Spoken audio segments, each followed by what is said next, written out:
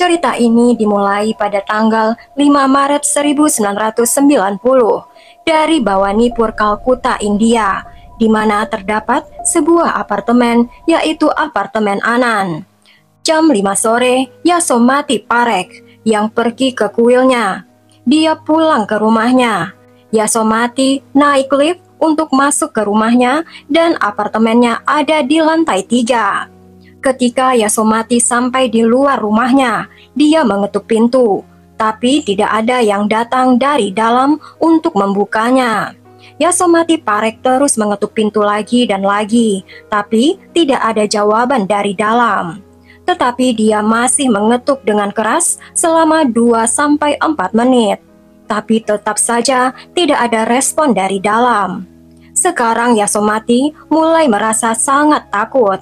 Jadi dia mengetuk dengan keras dengan suara berisik. Karena kebisingan itu, orang-orang mulai berkumpul di luar. Di dalam rumah itu adalah putri Yasomati yang berusia 18 tahun, Hetal Parekh. Sekarang orang-orang mulai berkumpul di sini. Pintu tidak terbuka, orang-orang berpikir untuk mendobrak pintu. Setelah itu Yasomati masuk ke dalam rumah bersama tetangga. Sekarang, setelah Yasomati masuk ke dalam rumah, dia menemukan pakaian putrinya tergeletak di lantai. Pakaian yang baru saja dia pakai hari ini. Sekarang jantung Yasomati berdetak lebih kencang. Dia berlari ke kamar putrinya. Begitu dia membuka pintu, putrinya tergeletak di lantai. Cairan merah berceceran di dinding. Melihat ini, Yasomati berteriak. Dia tidak tahu apa yang terjadi pada putrinya. Cerita ini dimulai dengan keluarga beranggotakan 4 orang, Nagardas Parekh, Yasomati Parekh, Hetal Parekh, dan Bhavesh Parekh. Nagardas Parekh mempunyai toko perhiasan. Dia menjalankan bisnisnya dengan baik. Yasomati Parekh adalah seorang ibu rumah tangga, sedangkan putrinya Hetal Parekh adalah siswa kelas 10 di sekolah Valley Goldsmith dan akan menghadapi ujian dewannya yang akan diadakan bulan Maret. Saat itu tanggal 1 Maret 1990, pagi-pagi sekali putrinya Hetal berangkat ke sekolah. Dia mengemasi tasnya dan Hetal turun dengan barang-barangnya. Karena keluarga itu tinggal di lantai 3, Hetal meninggalkan rumah itu jam 7 pagi dan dia kembali ke rumahnya jam 1 siang. Setelah tiba di rumah, Hetal memberitahu ibunya bahwa penjaga keamanan di lingkungan mereka memandang Hetal dengan cara yang kotor. Dan dia juga sering menggoda Hetal. Ketika ibunya mendengar ini, Yasomati mengabaikannya dan menyuruh putrinya untuk konsentrasi pada studinya. Keesokan harinya, Hetal tidak pergi sekolah. Dan hari berikutnya, tanggal 3 Maret 1990, Hetal pergi ke sekolah. Sekembalinya ke rumah, Hetal memberitahu ibunya bahwa penjaga itu memintanya untuk pergi ke bioskop dengan cara yang tidak pantas. Pada awalnya, ketika Hetal pertama kali memberitahu ibunya beberapa tindakan yang seharusnya diambil, tetapi kali ini ketika putrinya mengungkit lagi, ibunya marah. Di malam hari ketika Nagardas Parekh tiba di rumahnya, Yasomati menceritakan semuanya. Kemudian Nagardas Parekh mengajukan keluhan di masyarakat. Sekarang mari kita cari tahu lebih lanjut tentang penjaga ini. Nama penjaga itu Dhananjay Chatterjee, berusia 25 tahun dan sudah menikah. Laki-laki itu tidak bicara dengan siapapun di masyarakat. Sekarang pada tanggal 4 Maret 1990, perusahaan jasa keamanan memberitahu Dhananjay, kamu akan pergi ke apartemen lain untuk bertugas di sana. Sekarang kamu tidak akan bertugas di apartemen Anan karena ada keluhan tentang kamu. Sekarang tanggal 5 Maret 1990 datang, tanggal yang seharusnya Dhananjay kerja di apartemen lain. Tapi dia tidak pergi ke sana untuk bekerja. Tapi Dhananjay kembali ke apartemen Anan. Pagi-pagi sekali, Nagardas berangkat ke tokonya. Tapi dia juga melihat Dhananjay. Tapi ada kejadian aneh terjadi di sini. Sekarang Hetal hari itu akan ujian. Hetal juga meninggalkan rumahnya pagi-pagi sekali. Dan Hetal harus kembali pulang sekitar jam 1.30 siang. Sekarang pekerjaan Dhananjay adalah mulai jam 6 pagi dan jam 2 siang. Meskipun dia tidak harus datang ke sana untuk bekerja, tetapi tetap saja tidak diketahui mengapa dia datang ke apartemen Anan. Tugas Dhananjay berakhir jam 2 siang, tapi hari sudah jam 4 sore. Walaupun penjaga shift kedua juga sudah datang, tapi Dhananjay masih ada di sana. Dhananjay masih melakukan tugasnya, dia masih mengenakan pakaiannya. Dhananjay pergi ke ruangan yang diberikan kepada penjaga untuk duduk. Dia mengeluarkan pakaian dari tasnya dan berganti pakaian. Sekarang dia mengenakan celana panjang berwarna abu-abu dan kemeja berwarna krim. Dhananjay berdiri di lingkungan itu sampai jam 5 sore. Sekarang sudah jam 5:20 sore. Yasomati Parek pergi ke kuil pada jam biasanya. Pada jam 5:20 sore, Dhananjay pergi ke lantai 3. Suara penjaga lain datang dari belakang dan menanyakan pada Dhananjay kemana dia pergi. Dhananjay mengatakan padanya bahwa dia harus pergi ke lantai atas dan menelpon, karena Dhananjay harus bicara dengan orang-orang di kantornya. Dhananjay mengatakan, "Saya harus mengatakan kepada mereka bahwa saya akan segera pergi ke tempat kerja yang baru dan ada beberapa masalah yang harus saya bicarakan."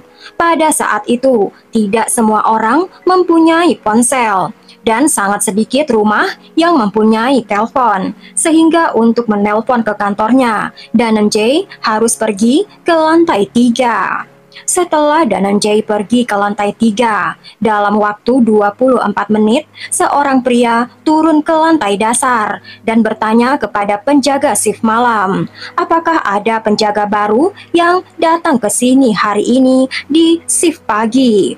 Kemudian penjaga lainnya dari depan mengatakan, "Tidak, hari ini hanya Dhananjay yang datang bertugas." Sebenarnya orang ini datang dari Badan Keamanan untuk melihat apakah penjaga baru sudah datang ke sini atau tidak, dan apakah Dhananjay sudah pergi bertugas ke tempat baru. Tetapi ketika manajer itu tahu bahwa Dhananjay datang ke sini hari ini untuk melakukan tugas, meskipun dia sudah ditolak bekerja di tempat itu, manajer dari Badan Keamanan itu terkejut. Kemudian dia mengatakan, Dhananjay pasti sudah pulang. Tetapi penjaga shift malam bilang, tidak, dia ada di sini. Dhananjay pergi ke lantai 3 untuk melakukan beberapa pekerjaan.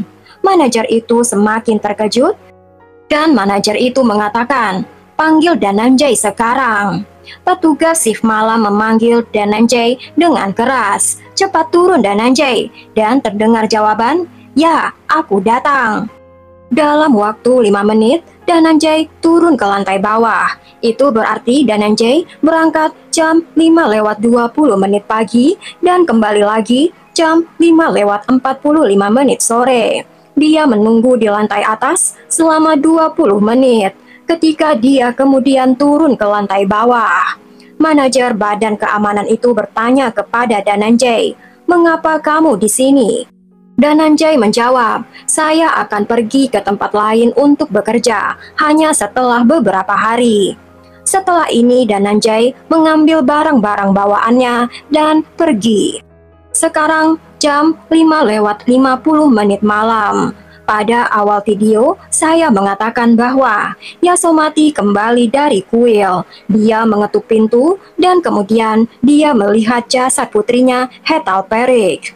Ketika orang-orang tahu insiden tragis baru saja terjadi di sini, semua orang mulai datang ke rumah itu. Ayahnya Nagardas dan Bafes juga dipanggil ke rumah itu. Sekitar jam 9 malam, polisi juga tiba di TKP dan memulai penyelidikan. Tetapi saat ini, beberapa orang sudah memasuki tempat kejadian perkara. Polisi mengirim jasad itu untuk postmortem. Dan polisi mengumpulkan barang bukti. Polisi menemukan kancing dari kemeja yang merupakan kemeja berwarna krim. Tanggal 6 Maret 1990, keesokan harinya, ayah Hetal, yaitu Nagardas, ditanyai polisi, apakah dia mencurigai seseorang. Nagardas mengungkapkan bahwa di masyarakatnya ada seorang penjaga bernama Dananjay, dan Nagardas curiga kepadanya karena Dananjay melecehkan putrinya, dan bahkan mengajak putrinya untuk menonton film. Nagardas mengajukan keluhan kepada masyarakat dan meminta agar Dananjay ditransfer ke tempat lain. Mungkin Dananjay melakukan tindakan menjijikan ini untuk melampiaskan amarahnya. Kemudian Yasomati juga dipanggil untuk diwawancarai, dan dia menceritakan cerita yang sama, hanya beberapa elemen ditambahkan. Cerita Yasomati adalah Dananjay biasa melecehkan putri mereka. Yasomati mengatakan ada jam tangan yang juga dicuri dari rumah mereka mungkin kemarin. Bersamaan dengan itu, Yasomati menyebutkan bahwa petugas lift melihat Dananjay sedang menuju rumah mereka di lantai 3. Sekarang polisi menanyai petugas lift itu dan petugas lift mengatakan, sekitar jam 5:45 sore, dia melihat Dananjay turun, tapi pasti Dananjay sudah naik ke lantai atas. Mungkin saat petugas lift itu sedang pergi ke kamar mandi saat itu. Petugas lift itu tidak melihat Dananjay naik ke lantai atas. Tapi petugas lift itu mengatakan pada Yasomati bahwa petugas lift melihat Dananjay pergi menuju ke rumah Yasomati. Petugas lift itu mengatakan pada jam 5:25 sore hingga jam 5:45 sore, Dananjay pergi ke atas dan manajer saya juga datang pada saat itu. Sehingga polisi memanggil manajer itu. Sekarang manajer itu menjelaskan bahwa Dananjay telah dipindah tugaskan, tetapi Dananjay datang ke sini untuk melaksanakan tugas. Ketika saya mengetahuinya, saya memanggil Dananjay, dan ketika dia mendengar panggilan itu, Dananjay mengatakan, "Saya akan datang." Lalu Dananjay turun, dan saya bertanya kepadanya, mengapa dia datang ke sini untuk bekerja. Dananjay menjelaskan bahwa dia harus pergi ke desa malam ini, jadi dia datang ke sini untuk bekerja selama sehari. Setelah itu manajer menjelaskan bahwa Dananjay mengambil tasnya dan pergi untuk menonton film. Dananjay punya tiket kereta api untuk malam itu, jadi dia pergi ke desanya dari sana. Polisi bertanya, mengapa Dananjay tiba-tiba pergi ke desa? Dan manajer mengatakan kepada polisi, ada ritual atau tradisi keluarga mereka. Ketika seorang anak lahir di sana, dan Dananjay akan menghadirinya. Tidak jelas berapa hari Dananjay tinggal di sana. Kemudian hasil postmortem menyatakan ada 21 luka di tubuh jasad itu dan telah dilecehkan. Gadis itu telah ditekan lehernya sampai meninggal. Pada tanggal 12 Mei 1990, kurang lebih 2 bulan kemudian, polisi mendatangi Dananjay di desanya dan menangkapnya. Bersamanya polisi menemukan pakaian yang Dananjay kenakan pada tanggal 5 Maret 1990 dan jam tangan yang cocok bersamanya. Sekarang mari kita cari tahu apa yang terjadi menurut polisi. Pada tanggal 5 Maret 1990, Yasomati Parek pergi ke kuil jam 5:20 sore. Dan Dananjay pergi ke rumah Yasomati jam 5:25 sore. Di lantai 3 tidak ada petugas lift di lift itu, karena petugas itu pergi ke kamar mandi.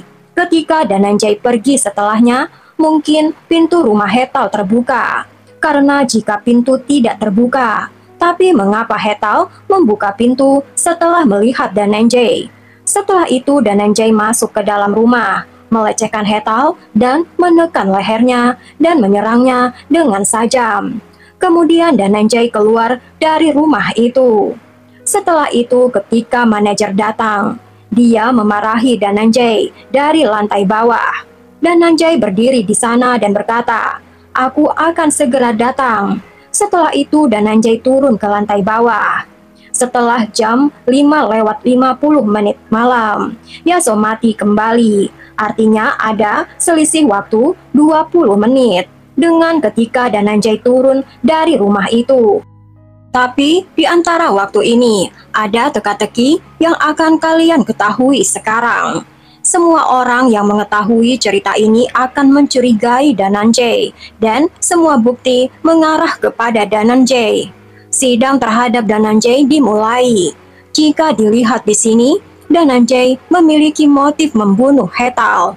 Dan polisi menemukan kancing kemeja krim dari kamar Hetal yang dia kenakan pada waktu itu. Di samping itu ada cerita lain. Kemudian ditemukan jam tangan yang dicuri dari rumah itu ditemukan bersama Dananjay. Penyelidik memberitahukan bahwa pada tanggal 5 Maret 1990, saat polisi pertama kali datang ke rumah itu, mereka menemukan kancing baju berwarna krim di sana bersama rantainya. Ketika polisi bertanya, "Rantai siapa ini?" Yasomati menjawab, "Itu bukan milik keluarganya." Tapi petugas kebersihan di situ mengatakan kalau rantai itu adalah miliknya. Kemudian dia memberikan rantai itu kepada Dananjay. Dananjay juga mengambil jam tangan yang dia temukan dan juga ditemukan kancing baju. Karena ini Dananjay menerima hukuman mati. Dia memiliki 3 dakwaan: pembunuhan, pemerkosaan, dan pencurian.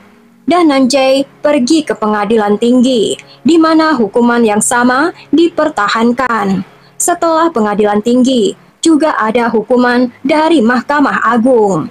Setelah itu permohonan belas kasihan diajukan di depan Presiden India, tetapi dia ditolak. Hukuman gantung Dananjay telah tetap dan butuh 14 tahun kemudian untuk melaksanakannya. Kalian berpikir, jika keputusan itu telah tiba, mengapa belum dilaksanakan?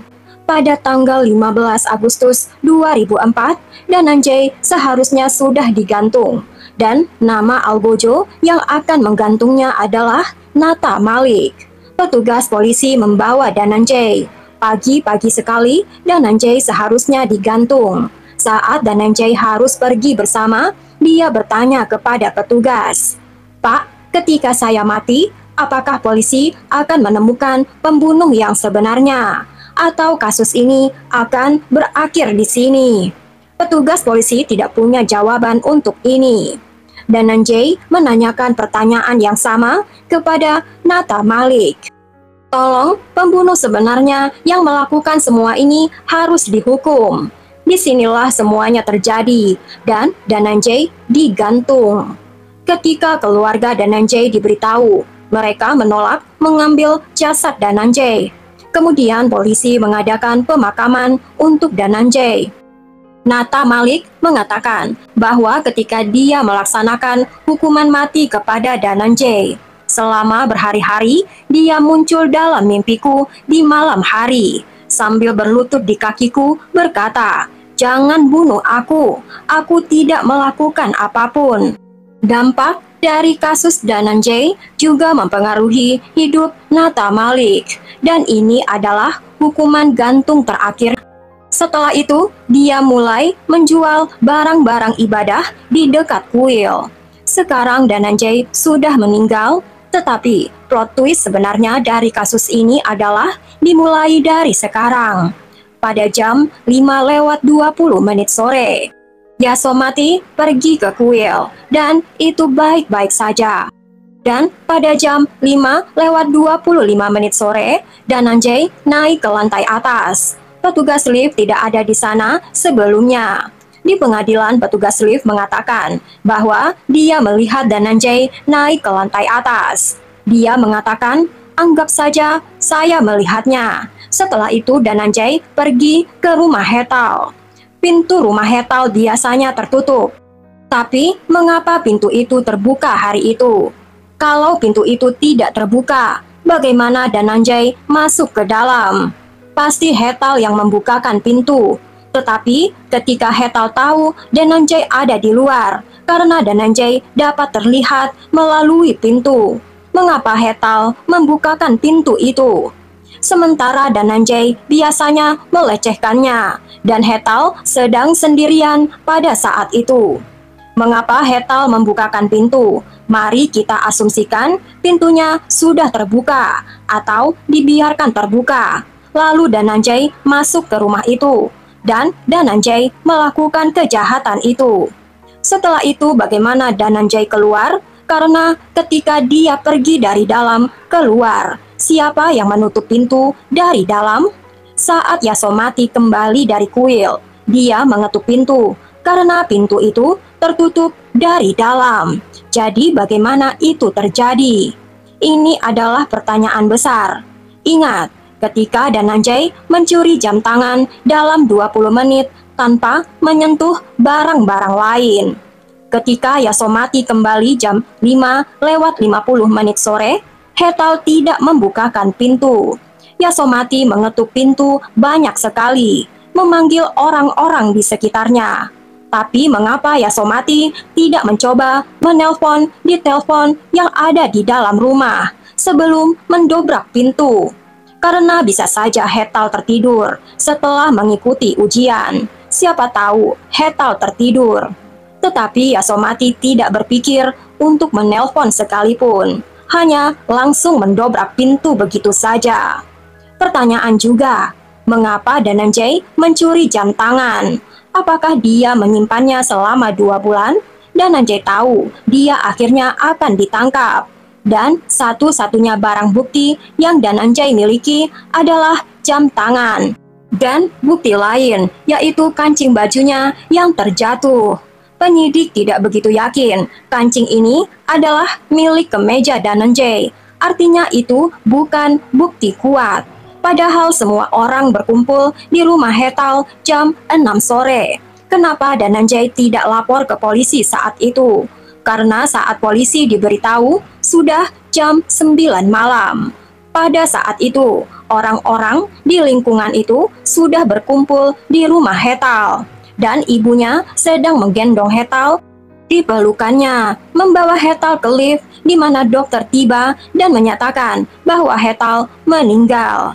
Mengapa mereka tidak menginformasikan polisi saat itu? Juga menjadi pertanyaan besar. Sekarang mari beralih pada cerita jam tangan. Lihatlah jam tangan yang diterima Dhananjay dari toko. Toko yang sama tempat keluarga Parekh sudah membeli jam tangan. Penjaga toko itu mengatakan bahwa jam tangan itu sama, tetapi nomor serinya bukan nomor seri jam tangan yang kami jual ke keluarga Parekh.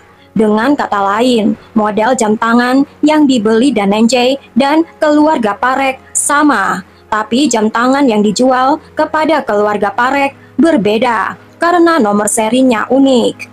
Nomor seri jam tangan keluarga Parekh berbeda. Cerita aneh lain adalah ketika kasus ini sedang berlangsung, ibu Hetal, yaitu Yasomati, meninggalkan seluruh rumahnya dan pergi ke Mumbai dalam waktu seminggu. Dan dalam waktu 6 bulan, seluruh keluarga yang bisnisnya berjalan dengan baik juga meninggalkan segalanya dan pergi ke Mumbai. Putra mereka Bhavesh berusia 12 tahun saat itu. Yasomati meninggalkan Bhavesh dan pergi ke Mumbai. Jika Dhananjay tidak melakukan pembunuhan itu, kemudian siapa pembunuh sebenarnya? Inilah sudut pandang lain. Mungkin ibunya membunuh putrinya sendiri. Mungkin kalian berpikir, bagaimana itu bisa terjadi? Bila memang ada hubungan seksual dalam laporan postmortem, bagaimana hal itu bisa terjadi? Perlu dikatakan bahwa dalam laporan postmortem tidak disebutkan ada pemerkosaan dimanapun. Sebagian besar hal yang terlihat mungkin menunjukkan bahwa hubungan seksual itu bisa saja terjadi konsensual atau atas persetujuan kedua belah pihak. Dan cairan genital pria yang ditemukan di tubuh Hetal tanpa dilakukan tes DNA dengan baik. Baiklah, semua hanya teori. Menurut kalian, siapakah sebenarnya pelaku pembunuhan Hetal sebenarnya? Apa pendapat kalian, guys? Tulis di kolom komentar ya. Kalau benar Dhananjay tidak bersalah, sungguh sangat disayangkan menghukum orang tidak bersalah. Harusnya dengan tes DNA sudah bisa ditemukan pembunuhnya. Tapi kejadiannya terjadi tahun 1990. Mungkin belum ada tes DNA saat itu. Sampai di sini dulu guys, cerita dari kasus ini. Berikan subscribe untuk Mel Crime Story. Dan terima kasih banyak untuk subscribe-nya ya. Berikan juga like, tekan loncengnya untuk cerita yang lain.